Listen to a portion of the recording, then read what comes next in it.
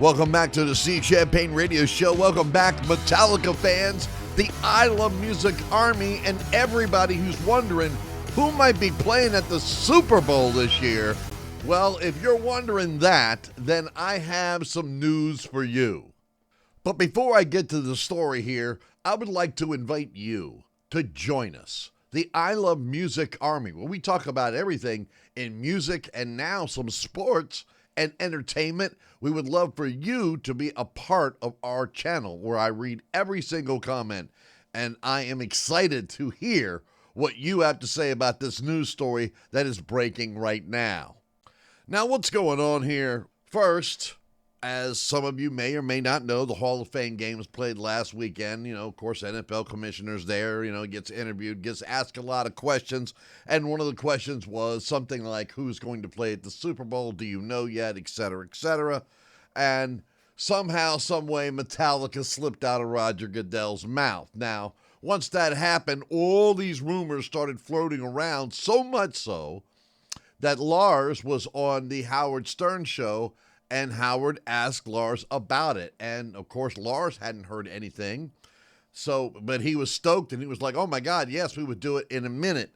And that's how this rumor has gotten started. Now, it has not been confirmed that Metallica will be playing at the Super Bowl, but I want to point out a few things here on why it's very possible they will.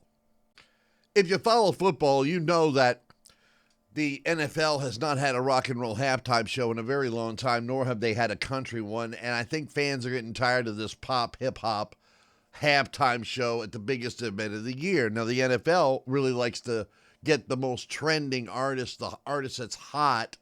And unfortunately, Metallica does not have a record scheduled to be released between now and then. However, if they were to do something like that, or at least release a big, powerful song, then this may happen. I personally don't think it will happen because I'm not seeing it. But I think they're definitely worthy of doing that. Can you imagine what it would be like for them to play Seek and Destroy at the Super Bowl halftime show? Of course, they would do Sandman. They probably would.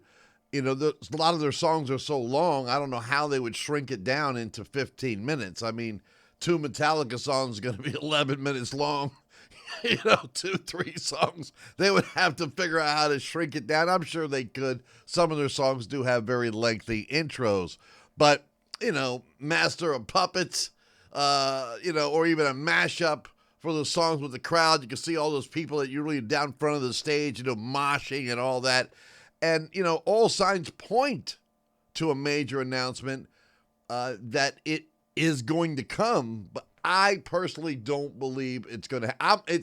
For me, it's like I'll believe it when I see it, because I just don't think the NFL is going to go out that far and bring a heavy metal artist in. They never brought Ozzy in.